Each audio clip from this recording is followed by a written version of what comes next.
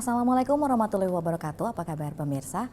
Senang sekali dapat berjumpa dengan Anda. Bersama saya Argi Virgiati akan memandu pemirsa dalam program dialog.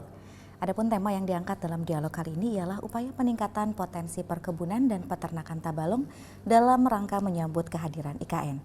Dan di studio kali ini telah hadir narasumber kita, yaitu Kepala Dinas Perkebunan dan Peternakan Tabalong. Apa kabar Bapak Nurzaini Ayani? Alhamdulillah. Assalamualaikum warahmatullahi wabarakatuh. Waalaikumsalam warahmatullahi wabarakatuh. Saya panggilnya Pak Nurzain apa Pak Zain nih? Pak Jain, Pak Yani juga bisa. Pak Yani juga ya Pak ya. Oke Pak Yani. Pak Yani, sesuai dengan tema kita pada hari ini, yaitu upaya peningkatan potensi perkebunan dan peternakan Tabalong dalam rangka menyambut kehadiran IKN ya. Secara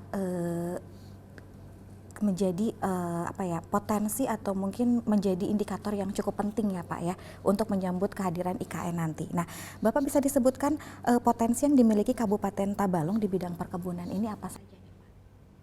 Baik, terima kasih. Sebelumnya saya ingin menyapa dulu para pemirsa di Tabalong yang ada di rumah masing-masing. Assalamualaikum warahmatullahi wabarakatuh. Mudah-mudahan kita semua dalam keadaan sehat walafiat ya. Pada kondisi saat ini masih ada COVID-19 belum selesai, tapi alhamdulillah sekarang sudah jauh lebih baik daripada yang kemarin. Jadi terkait dengan apa yang disampaikan tadi, ditanyakan tadi mengenai potensi perkebunan di Tabalong ya. Tentu kita tahu Tabalong ini kan sejak dulu dikenal sebagai penghasil karet terbesar di Kalsel. Dan alhamdulillah sampai sekarang itu status itu masih kita sandang. Walaupun pada beberapa tahun terakhir ada sedikit terjadi penurunan baik dalam hal produksi maupun dari segi luasan lahan. Nah, jadi untuk potensi yang menjadi unggulan kita itu masih karet. Kemudian juga dari sektor perkebunan kita juga punya potensi ya di sektor lain seperti misalnya kelapa sawit, kemudian juga kopi, lada juga, dan satu lagi mungkin yang bisa juga menjadi komoditas yang bisa kita kembangkan yaitu aren. Sejenis tanaman ya, kalau kita sebut enau yang biasa dibikin kolang-kaling itu buahnya. Ya. Oh ya. Nah, Bapak, kebun karet kan menjadi salah satu potensi unggulan dari Kabupaten Tabalong nih Pak. Bisa diceritakan nih Pak, upaya apa yang dilakukan di Bunak Tabalong untuk meningkatkan kualitas dan produktivitas hasil karet di Tabalong ini nih? Iya. Memang seperti saya sampaikan tadi, dalam beberapa tahun terakhir ya terjadi penurunan dari sisi produksi maupun dari luas tanaman karet. Ini antara lain disebabkan oleh sebagian dari tanaman karet kita itu sudah mulai melewati masa produktifnya atau istilahnya sudah menua lah gitu ya dari sisi usia tanamannya, sehingga produksinya mulai berkurang. Kemudian juga terjadi beberapa gangguan ya, dalam hal ini adalah yang biasa disebut dengan hama dan penyakit tanaman karet, yaitu yang sangat diresahkan oleh para pekebun karet kita di tahun ini juga, yaitu penyakit gugur daun atau rontok daun karet. Kemudian juga ada yang namanya jamur akar putih. Kemudian juga ada yang namanya kering alur sadap. Nah, jadi beberapa penyakit inilah yang menyebabkan terjadinya penurunan produksi yang cukup signifikan di tahun kemarin. Nah, untuk peremajaan karet yang dilakukan adalah sistem supradin di Bapak. Bisa dijelaskan ya Pak, sistem supradin itu seperti apa? Jadi kita saat ini gencar ya melaksanakan program replanting atau peremajaan tanaman karet, khususnya pada tanaman karet yang sudah mulai tua. Itu salah satu pola yang kita sarankan, kita anjurkan untuk masyarakat, itu adalah pola supradin, yaitu singkatan dari sistem usaha tani rakyat, diversifikasi dan integratif. Nah, jadi polanya adalah dengan cara mengatur jarak tanam tanaman karet yaitu dengan jarak 2 meter kali 2,5 meter kali 18 meter. Nah, jadi dalam 1 hektar kebun karet itu nanti akan tersedia lahan berupa gawangan ya sekitar ada 5 gawangan yang ukurannya 18 meter tadi lebarnya, dan ini bisa digunakan untuk budidaya tanaman yang lain. Jadi seperti misalnya tanaman pangan, misalnya padi gogo ya, jagung juga bisa, kemudian juga bisa juga untuk tanaman horti, misalnya cabai, tomat, kacang panjang dan lain-lain.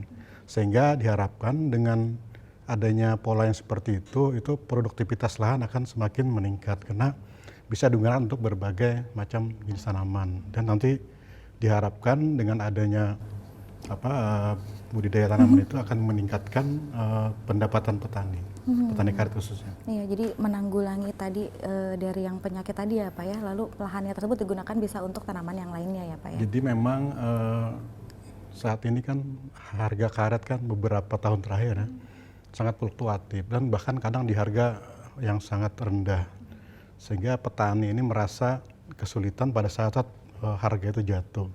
Nah, dengan adanya pola Suparadi ini, itu petani karet tidak cuma mengandalkan tanaman karet, jadi dia pada saat harga jatuh karet misalnya, dia bisa menggunakan lahan yang berupa gawangan kosong tadi untuk budidaya tanaman lain, hortikultura, yang tentunya akan menghasilkan dalam waktu pendek ya. Ya, Bapak. Nah, bisa dibandingkan nih Pak, berapa keuntungan penjualan karet dengan cara bokar bersih dengan yang tidak nih Pak? Ya, salah satu upaya kita ya yang gencar kita laksanakan sejak beberapa tahun yang lalu ya, ada program Pak Bupati yang namanya Gemas Mekar, gerakan masyarakat meningkatkan mutu karet. Nah, ini arahnya memang tujuannya adalah untuk mendidik para pekebun karet kita itu menghasilkan produk yang berkualitas. Dalam ini ada karet yang bersih, yaitu bokar bersih ya, bahan olah karet bersih. Nah, diharapkan dengan adanya peningkatan kualitas itu bisa dilihat dari misalnya kadar air, parameternya ya, kadar airnya, kadar kering karetnya, kemudian komponen pencemar atau kontaminannya, kemudian juga dari segi bahan pembekunya atau koagulan lateksnya itu kita cegah dari yang sifatnya merusak karet itu sendiri kualitasnya. Sehingga nanti dengan adanya perlakuan itu nanti karet yang dihasilkan akan bagus, sehingga otomatis harganya juga akan menyesuaikan dan lebih tinggi. Dan dalam jangka panjang kita berharap juga ya, dengan adanya kita menghasilkan bokar yang baik bersih tadi, itu akan meningkatkan daya saing produk karet kita, dan dalam jangka panjang juga itu akan menjaga citra kita sebagai penghasil karet yang berkualitas. Nah, Bapak di Sebunak Tabalong juga memiliki program pengembangan kopi dan lada ya, seperti tadi Bapak jelaskan di awal, itu adalah salah satu juga potensi dari Kabupaten Tabalong. Nah, bagaimana saat ini progresnya nih Bapak untuk program pengembangan kopi dan juga lada? Ya, memang pengembangan kopi dan lada ini merupakan salah satu yang kita programkan di tahun ini ya, walaupun ini masih sangat terbatas karena kita jujur saja memang tidak bisa secara sekaligus dalam jumlah besar, karena untuk komoditas kopi misalnya kita harus mencari lokasi yang benar-benar tepat, kemudian juga nanti hasil dari kopinya itu seperti apa gitu, karena kopi ini kan kita tidak melihat dari sisi produksi saja, tapi kita yang lebih penting adalah masalah kualitasnya, yaitu dalamnya adalah rasa. Nah, kalau misalnya pada satu tempat tertentu, misalnya kita menanam kopi di sana, ternyata hasilnya rasanya disukai oleh orang ya, masyarakat. Nah, itu sangat potensial untuk dikembangkan di daerah situ gitu. Jadi kita sudah mencoba di beberapa tempat yang untuk tahun ini kopi itu ada 8 hektar, kalau tidak salah ada di Bintang Aras sekitar 4 hektar, kemudian di Muara Uya di Mangkupum 2 hektar, kemudian di daerah Jaro, di daerah Muang itu 2 hektar. Nah, jadi dari beberapa tempat ini nanti kita akan melihat ya, sebenarnya daerah mana yang pas ya untuk kita tanam kopi dengan kualitas yang bagus. Terbaik. Dan kopi yang kita tanam ini untuk kemarin dari jenis Robusta. Robusta. Ya. Nah, Bapak kenapa memilih komoditas tersebut untuk dikembangkan? Apakah mungkin sekarang fenomena kopi sedang luar biasa di kalangan masyarakat nih Pak? Iya, kita kalau bicara komoditas mana yang paling pas untuk dikembangkan, tentunya kita pertama biasanya kita bicara pasar dulu ya. Jadi pasarnya seperti apa gitu kan. Nah itu yang pertama. Kemudian juga kita dari sisi lahannya, ini sesuai nggak dengan tanaman itu. Dan kemudian yang tidak kalah pentingnya adalah minat dan pengetahuan masyarakat sebagai pekebunnya, itu yang penting juga. Karena percuma kalau mereka tidak berminat, kita sodorkan bantuan bibit misalnya, mereka tidak tertarik gitu ya, tidak Pak? terlalu tertarik, tidak, animonya tidak besar, jadi ya nanti ya tentu kita bisa bayangkan ya hasilnya seperti apa. Ya. Nah, selain berbicara mengenai potensi ini Bapak, program apa saja yang dilakukan di Disbunak Tabalong dalam pengendalian dan penanggulangan hama penyakit tanaman di perkebunan nih Bapak? Iya, salah satu ancaman ya dalam pengembangan kita di sektor perkebunan tentunya adalah masalah penyakit. Nah kami dalam hal ini, khususnya kami ada bidang yang namanya bidang pengendalian dan penanggulangan penyakit. Nah ini tugasnya khusus untuk dalam rangka memberikan entah itu sosialisasi, bimbingan teknis, pengetahuan kepada para petani ya, pekebun terkait dengan jenis-jenis penyakit tersebut, sehingga mereka bisa mengetahui bagaimana cara mencegahnya, cara menanganinya, kemudian juga bagaimana cara penanggulangannya. Nah kita juga ada inovasi ya, yang kita sebut inovasi, yaitu namanya paling langkar. Nah paling langkar ini adalah singkatan dari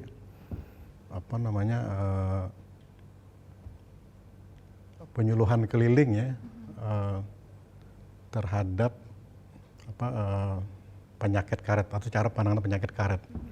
Nah itu yang kita gencar kita lakukan. Jadi kita secara aktif maupun ada permintaan dari masyarakat misalnya, kita akan melakukan kegiatan tentang sosialisasi dan juga pendidikan kepada masyarakat terkait dengan penyakit tersebut. Nah, Bapak. Nah, lalu bagaimana dengan dukungan dan sarana prasarana untuk perkebunan yang diberikan oleh Disbunak nih, Pak? Ya, tentunya masalah sarana dan prasarana juga salah satu faktor penting ya dalam pengembangan sektor perkebunan, dan kita juga ada program untuk itu, seperti misalnya kita ada kegiatan pembangunan jalan usaha tani khususnya untuk perkebunan ya, jalan produksi.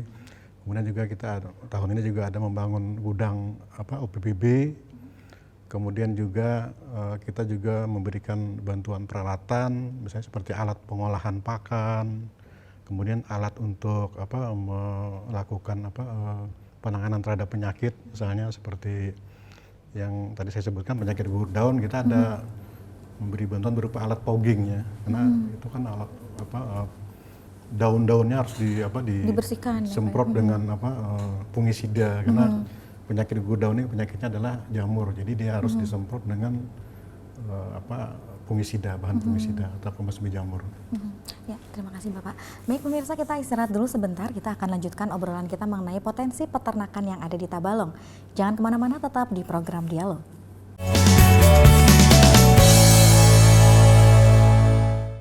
Kembali lagi pemirsa di program Dialog, melanjutkan obrolan kita.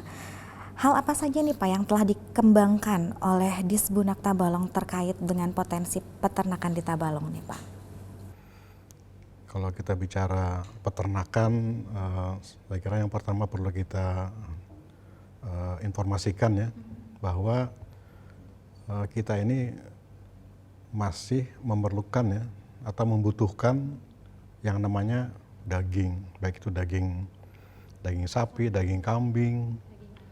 Tapi untuk daging ayam, alhamdulillah kita sudah bisa memenuhi ya. Maksudnya kita sudah kebutuhan di dalam ini sudah kita bisa dari produksi lokal. Nah kemudian juga kita bicara telur ayam ras khususnya. Ini juga kita masih mendatangkan dari luar. Nah jadi artinya bahwa untuk beberapa komoditas peternakan tersebut seperti telur, daging, itu boleh dikata kita masih belum mandiri.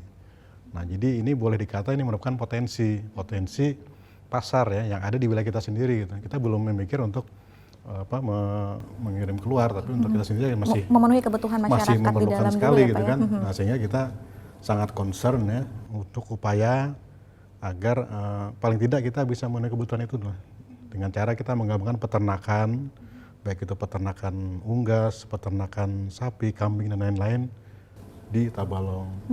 Di antara semua nih Pak peternakan ya yang ada di Tabalong, kira-kira ternak hewan apa yang paling berpotensi untuk dikembangkan di Tabalong? Saya kira semua potensi ya untuk dikembangkan, apalagi melihat pasarnya itu gitu kan. Nah cuman karena kebutuhan kita yang paling banyak saat ini kan adalah telur ayam ras, telur itik, kemudian daging sapi, daging kambing. Nah itu kita paling tidak kita fokus ke situ dulu lah. Gitu. Nah, Tabalong juga mengembangkan ternak kambing Boertap ya Pak ya, dan juga ayam kup. Bisa dijelaskan nih Pak hal tersebut dan apa keunggulannya dibandingkan dengan yang lainnya nih Pak? Jadi yang pertama kambing Boertap ya. Nah jadi ini kambing Boertap ini merupakan dicetuskan Pak Bupati waktu itu kemarin kita minta nama Pak untuk kambing perkawinan antara kambing Boer itu yang berasal dari luar ya, kalau tidak salah dari Australia atau Afrika Selatan gitu ya, yang dikawinkan dengan kambing lokal kita. Nah itu akan ada turunannya itu. Nah, kemarin tahun berapa kemarin kita minta saran kepada Pak Bupati, kita bagusnya dinamai apa Pak? Beliau menyebutnya kambing Boertap aja, Boer Tabalong gitu kan, singkatan dari Boer Tabalong. Penggabungan nama ya Pak ya, dari Boer dan Tabalong. Nah, itu kelebihannya atau keunggulan dari kambing Boertap ini yang pertama dia dari sisi bobot tubuh, kemudian juga dari komposisi karkas atau dagingnya itu jauh lebih besar ya dibandingkan kambing lokal. Nah kemudian dia mengambil faktor yang baiknya dari kambing lokal adalah dia cocok dengan cuaca dan iklim di sini. Nah jadi dua ini yang kita kombinasikan dan sehingga mudah untuk dipelihara gitu kan, karena pertumbuhannya cepat dan dia sesuai dengan untuk iklim dan kondisi di Tabalong. Dan dagingnya pun besar ya Pak. Itulah kenapa kita ingin mengembangkan kambing Boertap gitu. Kemudian yang kedua ayam KUB. KUB. Ayam ya. KUB. Ayam KUB ini singkatan dari ayam kampung unggul Balitnak atau Balitbang. Nah, jadi ini merupakan hasil rekayasa genetik ya dari Balai Penelitian Ternak di Balitbang Kementerian Pertanian, di mana hasil dari proses rekayasa genetik ini menghasilkan sejenis ayam kampung ya, yang keunggulannya dia dari sisi misalnya untuk ayam petelur, dia bertelur lebih produktif, lebih banyak dan lebih cepat ya dibanding ayam kampung biasa. Nah kemudian kalau untuk ayam pedagingnya, dia dari sisi rasa dia mirip ayam kampung, bahkan lebih lembut tekstur dagingnya, dan kemudian pertumbuhannya lebih cepat. Dia mirip dengan ayam ras, ayam pedaging ras. Nah jadi kalau ayam kampung biasa kan kita mungkin baru sekitar umur 1 tahun baru bisa dipotong kan, menunggu besar badannya. Nah kalau ayam KUB dia umur 2-3 bulan sudah bisa dipotong karena dia sudah besar seperti ayam yang ras yang biasa kita lihat itu. Masalah harga gimana nih Pak? Dan harganya tentunya akan lebih murah dibanding ayam kampung biasa ya. Tapi dengan kualitas yang hampir sama dengan ayam rasanya kampung. itu tadi saya bilang tadi mirip dan juga teksturnya juga lebih lembut. Lebih lembut ya Bapak. Dan ini banyak dicari oleh restoran-restoran yang menjual dengan ayam kampung. Nah, bagaimana dengan ancaman penyakit nih Pak terhadap hewan ternak, khususnya penanganan wabah PMK yang menyerang ternak sapi kemarin nih Pak? Sama seperti tanaman juga ya, ternak juga memiliki ancaman berupa penyakit, sehingga di Dinas Perkebunan Peternakan kita ada bidang yang khusus menangani masalah itu, yaitu bidang kesehatan hewan dan kesehatan masyarakat veteriner. Nah kemudian kita juga ada memiliki UPT, unit pelaksana teknis, yaitu Puskeswan, Pusat Kesehatan Hewan, itu berupa klinik ya. Ada 3 kita di kantor kita di Mabun Budak tuh ada 1 yang pusatnya, kemudian kita ada juga di 1 di Muaruya ya, Puskeswan Bantu, kemudian di Kelua 1. Nah ini kegiatan yang rutin kita laksanakan adalah dalam hal upaya pencegahan penyakit, yaitu dengan cara kita secara rutin memberikan vaksinasi ya. Nah vaksinasi ini baik untuk ternak unggas maupun ternak ruminansia. Misalnya untuk unggas itu seperti vaksin flu burung, vaksin ND ya. Kemudian juga untuk ternak yang ruminansia seperti sapi kambing itu ada yang namanya vaksinasi jembrana. Dan yang mungkin yang baru saja kita rasakan kemarin ya, wabah penyakit mulut dan kuku PMK. Dan juga ini juga ada vaksinasinya, sehingga kita juga melakukan vaksinasi PMK. Dan satu lagi ada penyakit yang mungkin sering kita kenal juga ya, rabies. Nah rabies ini kan sangat berbahaya karena dia bisa menulari manusia, sehingga itu juga tetap kita lakukan karena rabies ini penyakit yang masih ada di tempat kita, belum belum hilang gitu. Dan sewaktu dia bisa muncul kembali. Iya. Ya, baik, terima kasih Bapak. Pemirsa jangan kemana-mana, setelah ini kita akan masih berbincang-bincang dengan narasumber kita, tetap di program Dialog.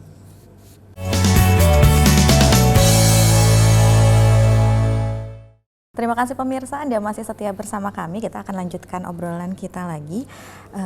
Bapak, nih Kabupaten Tabalong sebagai Serambi Depan Kalimantan Selatan penyangga ibu kota negara nantinya. Hal apa yang telah dipersiapkan Disbunak Tabalong dalam menyambut IKN nih Pak? Ya, kita memandang ya keberadaan IKN ini sebenarnya ada dua sisi ya. Dari satu sisi ini merupakan potensi. Ya, kenapa saya bilang potensi? Karena IKN ini kan boleh kita anggap sebagai pasar bagi produk pertanian kita, khususnya perkebunan maupun peternakan. Tapi di sisi yang lain, dia juga bisa berubah menjadi ancaman. Karena dengan adanya IKN yang berdekatan dengan kita khawatir nanti produk-produk lokal kita yang sebenarnya kita butuh gitu ya untuk kita sendiri itu malah lari ke sana gitu kan, karena mungkin di sana harganya lebih bagus atau permintaannya lebih banyak gitu kan, sehingga nanti pengaruhnya ke ketahanan pangan kita juga istilahnya, harga bisa naik, inflasi terjadi. Nah jadi kita harus bijak untuk menyikapi itu dengan cara kita memperkuat ya ketahanan pangan kita, khususnya kalau kami dari sisi peternakan tentunya ya kami berusaha untuk meningkatkan produktivitas sehingga kita bisa memenuhi baik untuk kita maupun untuk IKN nanti. Nah kemudian dari sisi perkebunan arahnya lebih kepada kita memperkuat ya kesejahteraan para pekebun kita, khususnya pekebun karet. Karena tentunya nanti dengan adanya IKN ini kan saya yakin nanti akan ada terjadi keseimbangan ekonomi yang baru gitu ya. Terutama dengan masalah supply and demand ya. Nanti kalau demandnya tinggi, nanti harga akan meningkat sehingga nanti daya beli masyarakat akan tergerus gitu kan. Nah sehingga dengan meningkatnya kesejahteraan para pekebun kita khususnya pekebun karet nanti ya kita siap menghadapi risiko atau kemungkinan itu. Nah, selain menjalankan berbagai program dan inovasi Bapak, tentunya harus diimbangi dengan peningkatan kualitas SDM ya Pak ya. Nah, adakah program yang dilakukan Disbunak Tabalong dalam hal peningkatan kualitas SDM petani dan pekebun ya Pak? Pastinya itu hal yang sangat menjadi fokus kita juga ya, masalah SDM perkebun dan peternak kita, sehingga kita dalam menyikapi ya perkembangan baik itu teknologi maupun dari sisi perkembangan yang ada sekarang, kita harus berupaya untuk menyiapkan para petani pekebun kita, sehingga kami secara rutin ya dan juga terprogram kita terus mengadakan baik itu berupa sosialisasi, bimbingan teknis, pembinaan maupun pendampingan ya, baik di lapangan ataupun di dalam hal juga masalah pemasaran atau permodalan juga kita terus mendampingi para petani binaan kita.